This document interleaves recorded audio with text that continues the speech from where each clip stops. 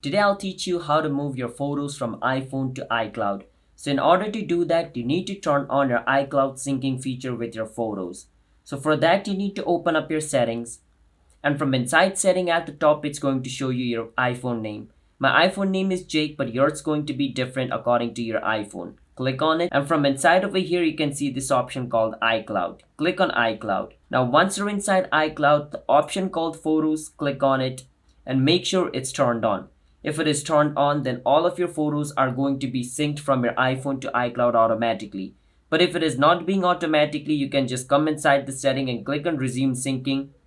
Click on resume, and all of your photos and video will be start to sync into your iCloud. Now the reason why my photo is not being synced to iCloud is because my iCloud only has 5 GB free storage, and I have already stored 5 GB worth of video on iCloud, which means I cannot go above that.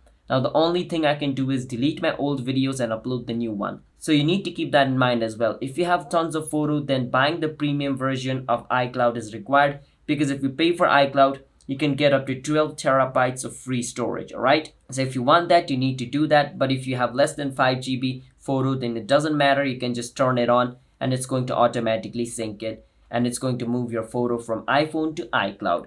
It's that simple.